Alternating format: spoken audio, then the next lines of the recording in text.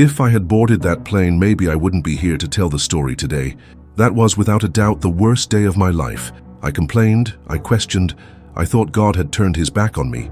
But in the midst of my frustration, something happened at the airport. Something that changed everything and made me realize that sometimes what seems like bad luck is actually a deliverance. Are there angels among us? Isabella Thompson was always in a hurry. The clock was her constant companion, and at the same time, her greatest enemy. Before the sun even rose, she was already up, reviewing spreadsheets, answering emails, checking contracts. Her glass apartment, with its panoramic view of the city, seemed the perfect stage for someone who believed success and speed were synonymous. Every object around her reflected her fast-paced routine, the open laptop on the breakfast table, the phone ringing incessantly, and a half-open suitcase in the corner of the room, a reminder that her life was always on the move. That morning, however, there was something different in the air, a feeling that the day would be decisive. From the first minutes, everything around her seemed to hum with anticipation. The phone rang, and on the other end came the confirmation she'd been waiting for months. The contract with the international group was sealed. It was the opportunity every executive dreamed of, the deal that could turn a career into a magazine cover story. Isabella took a deep breath, feeling the mix of relief and euphoria that only great achievements bring. For the first time in a long while, she believed that all the effort, every sleepless night, every coffee gulped in haste, was about to pay off. But deep down, a small unease pulsed without explanation, as if something invisible was trying to catch her attention. Her boarding pass to success was scheduled for that afternoon. An in-person meeting in another state would finalize the deal and open doors to a promising future. Isabella mentally reviewed the details: the booked flight, the 5-star hotel, the speech she'd rehearsed 1,000 times in front of the mirror. Nothing could go wrong. Every step had been calculated with precision, every move rehearsed like flawless choreography. Still, as she caught her reflection in the apartment's glass, she noticed her tired eyes and the weight of someone carrying the world in their own hands. She took a deep breath, trying to push away any shadow of uncertainty. But something inside her kept questioning whether, in all her rushing, she was missing something that didn't fit into spreadsheets or contracts.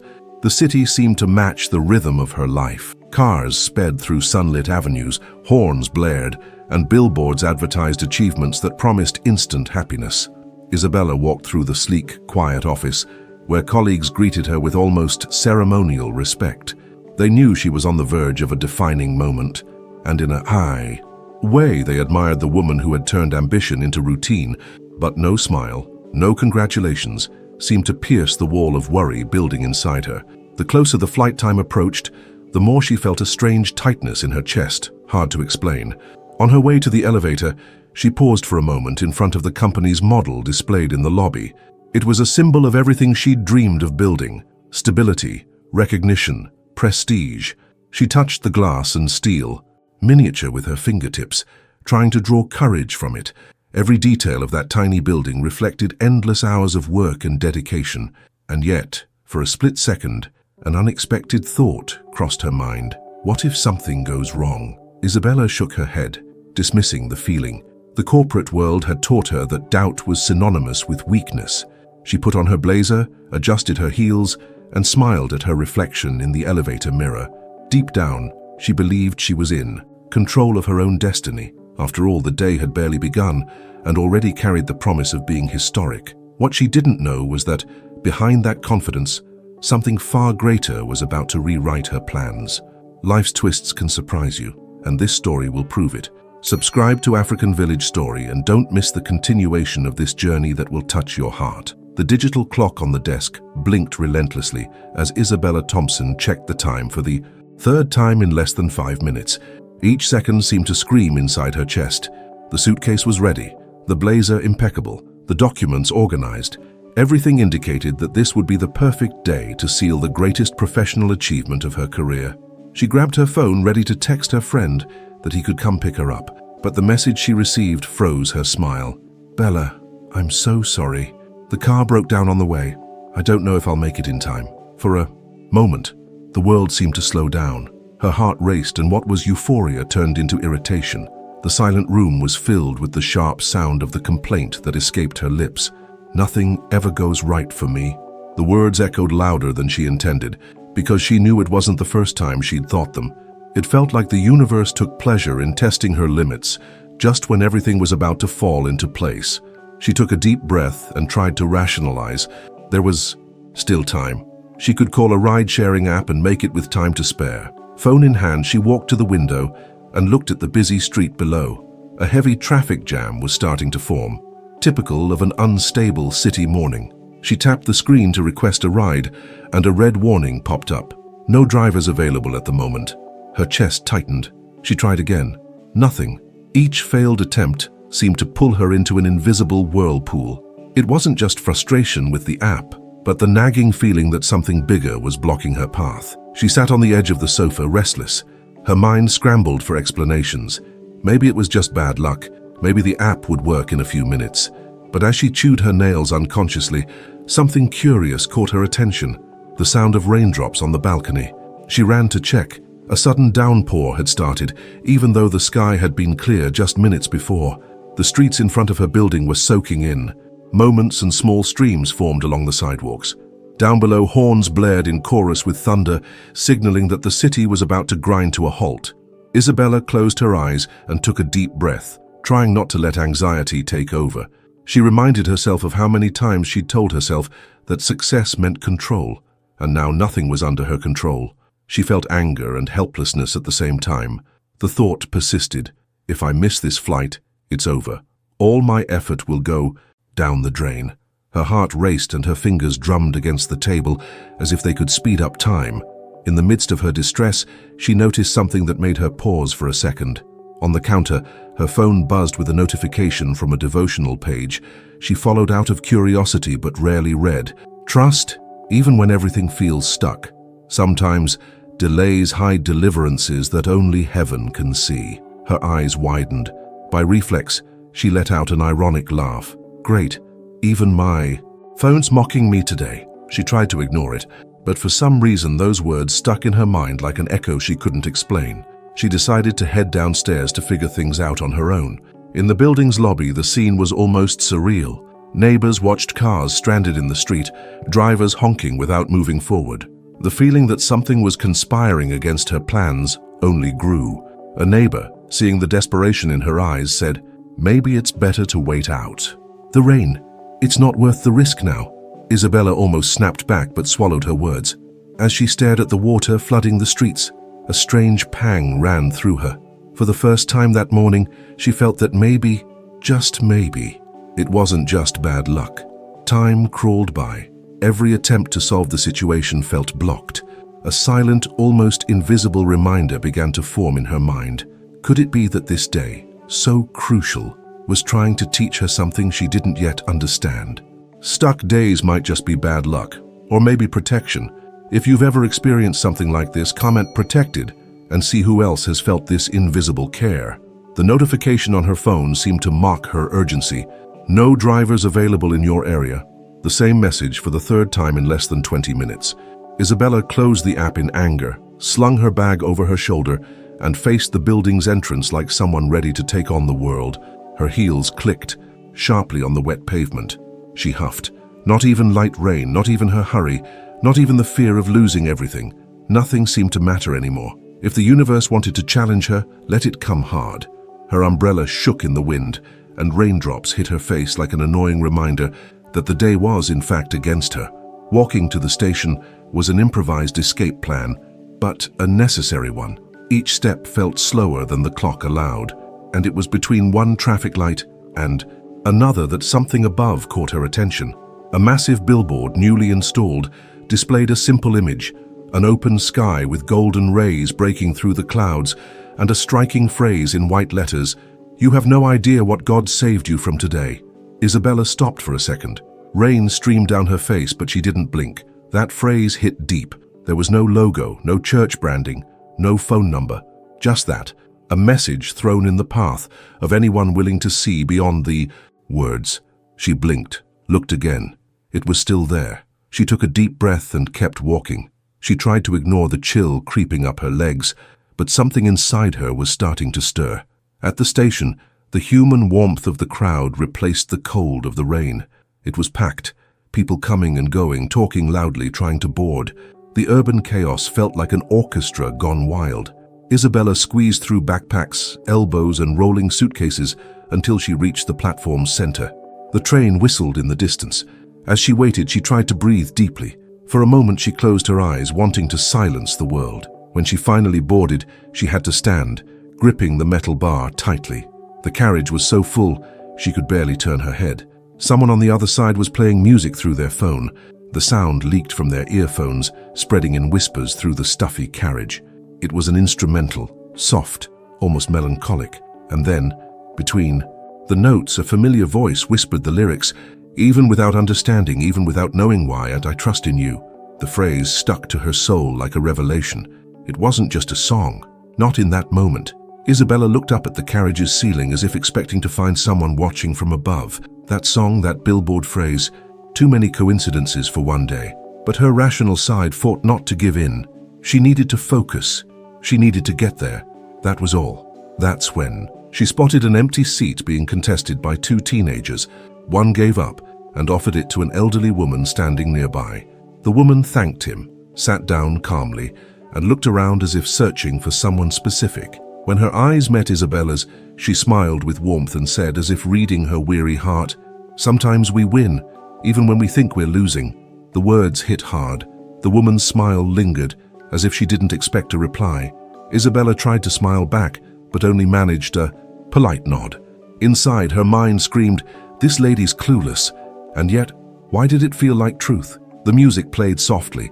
The billboard danced in her memory. And now, another phrase from a complete stranger. 3 signs in less than an hour. But Isabella still didn't know what was being avoided. All she felt was exhaustion, fear, and an inexplicable unease, as if something much bigger was trying to get her attention, and she wasn't sure if she wanted to listen. And so that mundane, uncomfortable subway ride planted seeds that would only make sense later. If you also believe nothing happens by chance, leave an amen in the comments. Sometimes, a sign changes everything. The subway station door opened with a slow creak, as if the world were trying to push her back, but there was no more time. Isabella quickened her pace, crossing the lobby hurriedly, ignoring signs and distracted glances.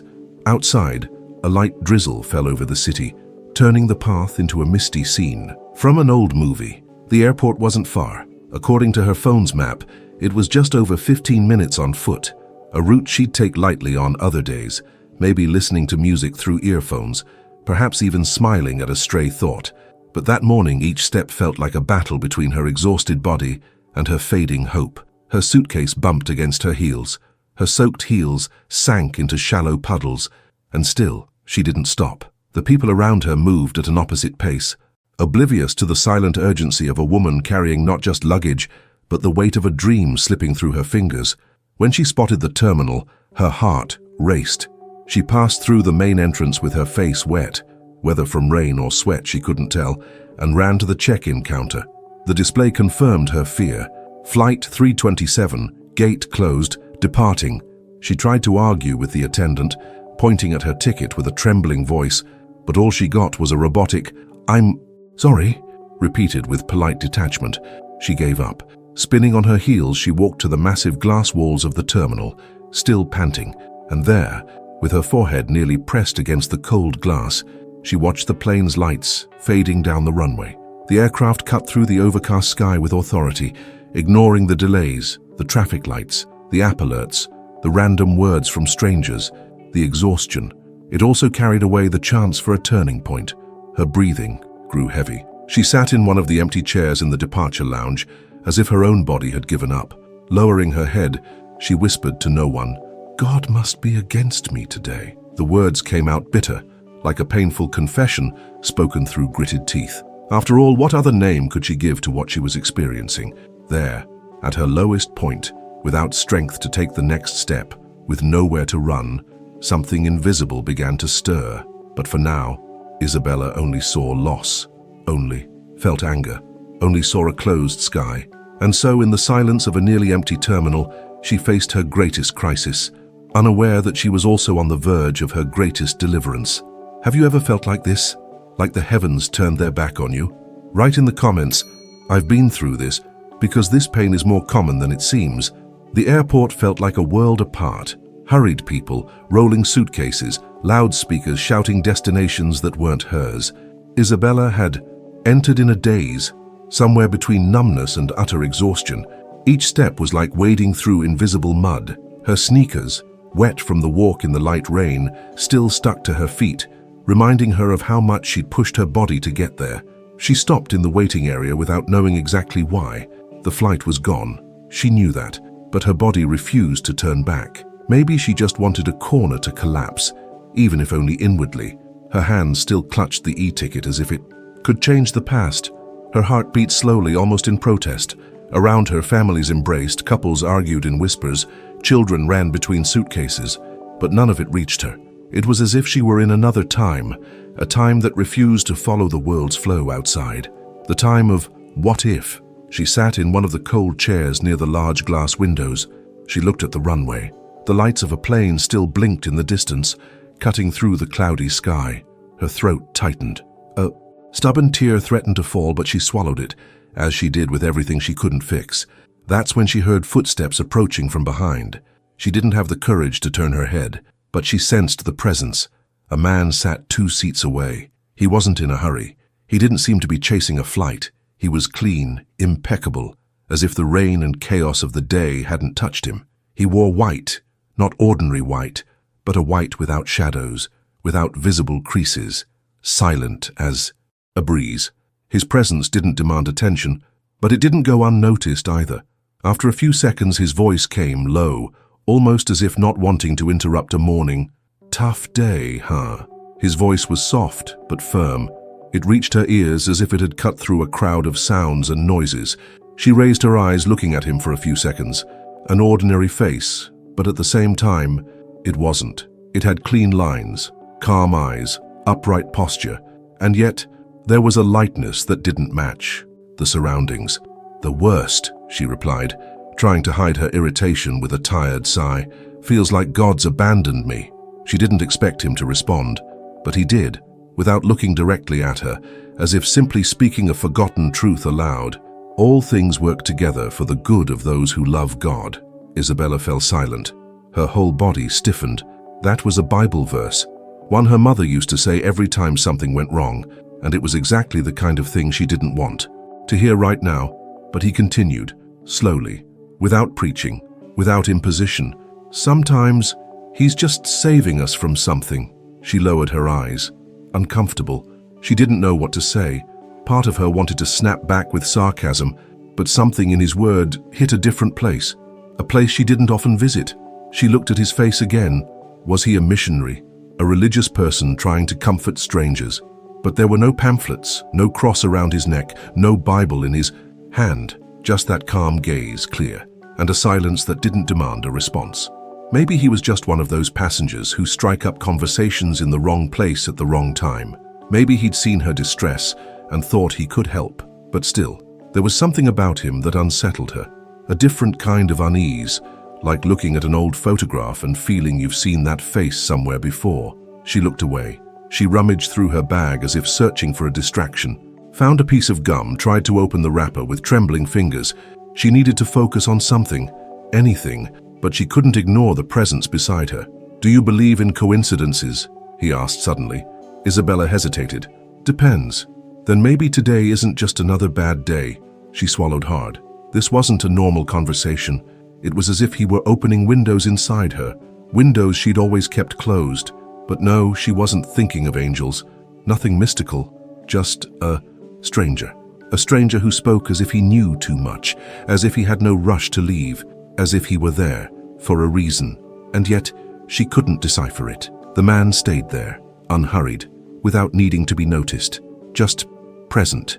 She didn't ask his name, didn't ask where he was from, because something in her knew this conversation wasn't between strangers. It was between a soul and eternity, and it was just beginning. When heaven wants to speak, it uses the people we least expect. If you believe this comment, "Speak to me, God." Sometimes the miracle begins with a silent conversation. The silence between them was no longer uncomfortable. It was dense, full of unspoken things, the kind of silence that carries too many meanings to be broken by ordinary words. Isabella felt his words reverberating inside her, like a stone thrown into a still lake. They didn't cause a storm. They caused depth. She was still trying to understand what she felt. Was it irritation, caution, or fear? That somehow it all made sense. She didn't want to admit it, but part of her was listening, truly listening. The man looked ahead, as if seeing beyond the glass windows, beyond the runway, beyond time itself. And with that impossible calm, he spoke again. You know, the heart of man makes many plans, but it's from the Lord that the right answer comes. The phrase landed like a bell ringing in the silence. No one around seemed to notice, but Isabella felt that sound echo far beyond what ears could hear. It was one of those phrases you read on any given day and feel nothing, but on the right day, spoken by the right voice, it sinks in as truth. A truth that scares because it disarms. She bit her lip, thought of all the plans she'd made, all the emails sent, meetings scheduled, speeches rehearsed, deadlines controlled, thought of how she believed everything depended on her strength, her strategy, her punctuality, and here was someone saying, with complete ease, that the power of the answer was never in her hands. Funny, she replied, almost without realizing she was speaking. I never imagined losing everything could feel so planned.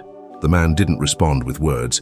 He just turned his face for a moment and looked at her, a firm but gentle gaze. It was as if he were saying, you don't understand yet, but you're starting to see. Isabella looked away, fumbled with her bag by reflex, searched for her phone, or maybe a piece of paper. She wanted to write down that phrase, not for its beauty, but out of necessity.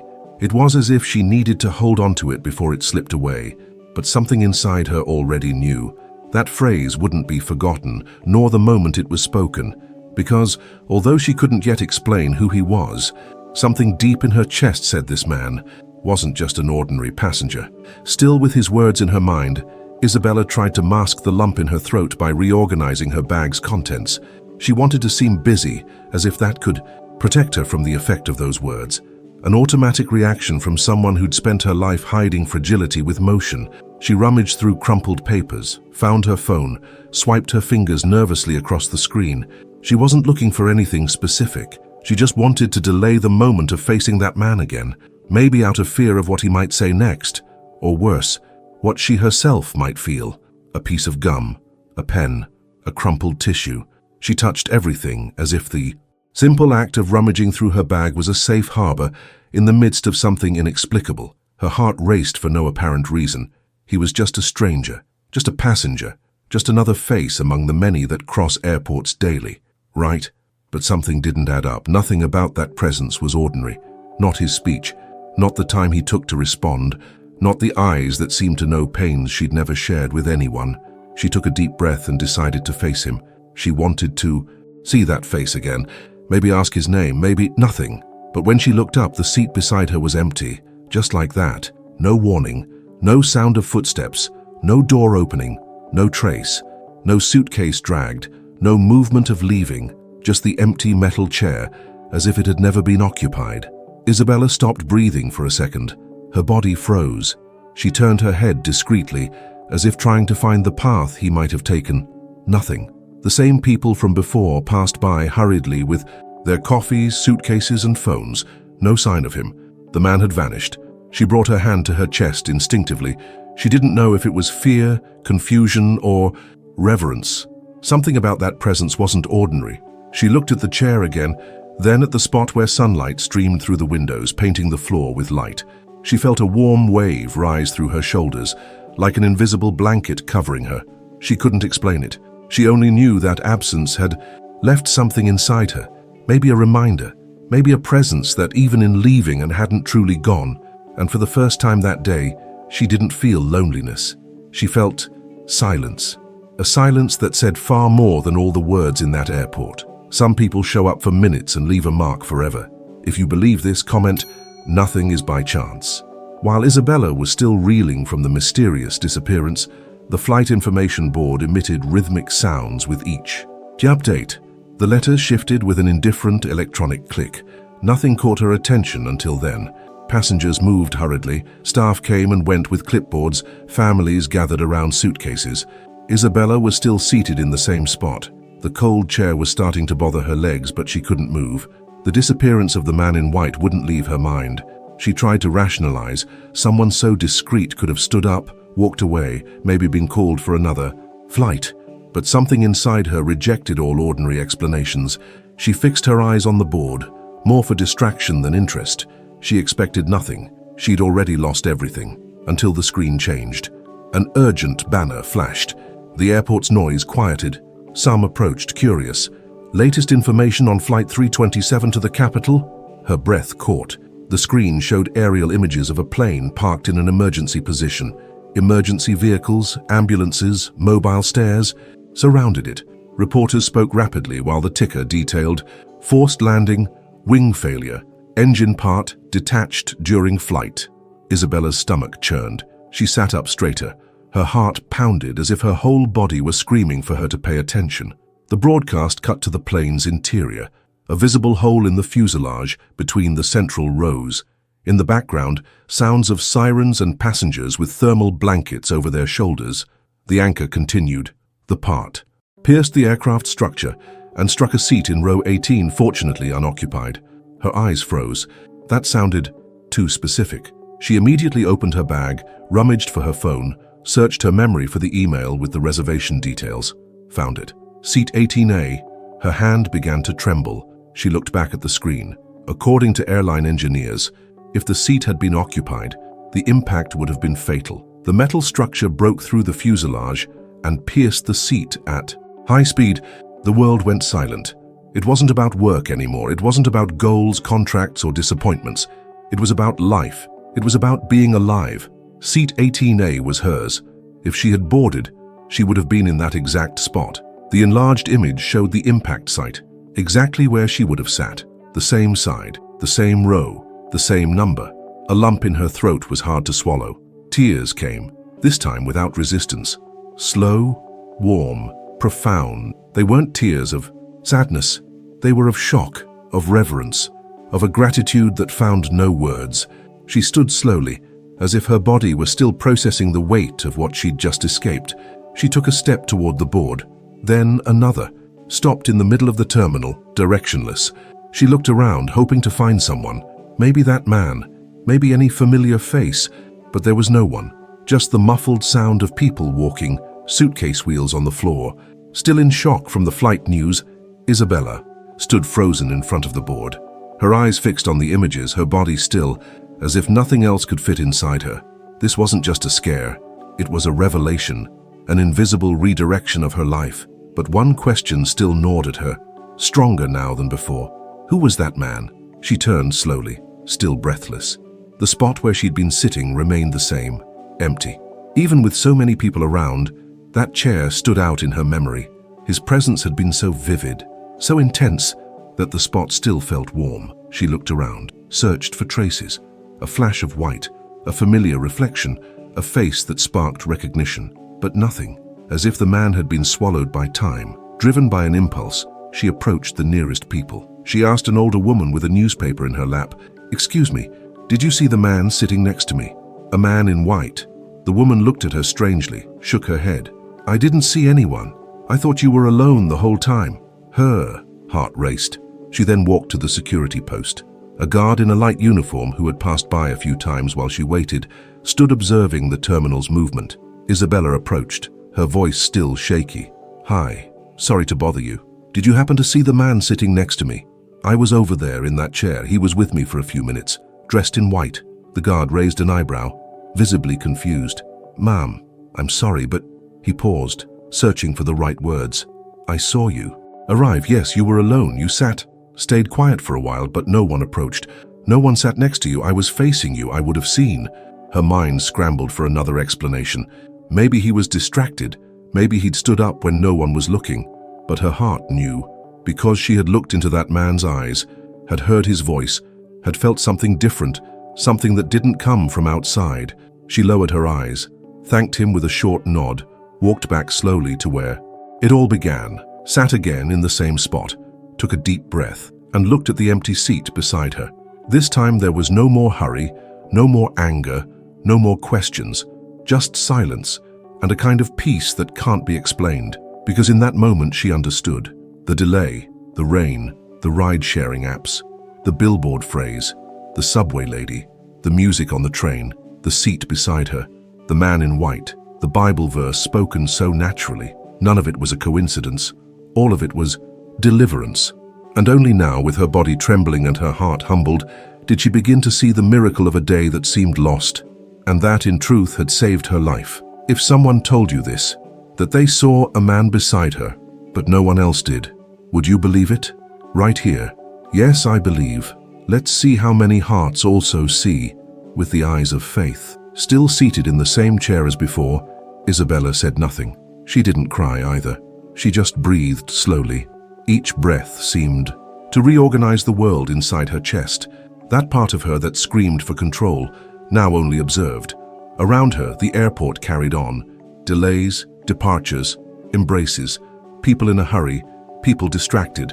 And there, in the midst, a woman motionless, trying to understand what had changed, or rather what finally made sense. The empty seat beside her was no longer just a seat. It had become a symbol, an echo of something she couldn't name, but now carried with her. She no longer needed to prove she'd seen him, nor convince anyone of anything, because when the heart recognizes the invisible, words become small. She took her phone from her bag. She could call someone, tell the story, vent, but no. She put the device back without unlocking the screen. The only thing she felt was a desire to stay there a little longer, in that place where everything had gone wrong, but everything was saved. She replayed the last hours in her mind, the flooding, the delays, the subway lady, the song in the carriage, the billboard phrase, the man who appeared and vanished, the perfect sequence of obstacles that, until then, seemed like punishment, but now revealed themselves as protection. She understood that sometimes God doesn't answer with a voice of thunder.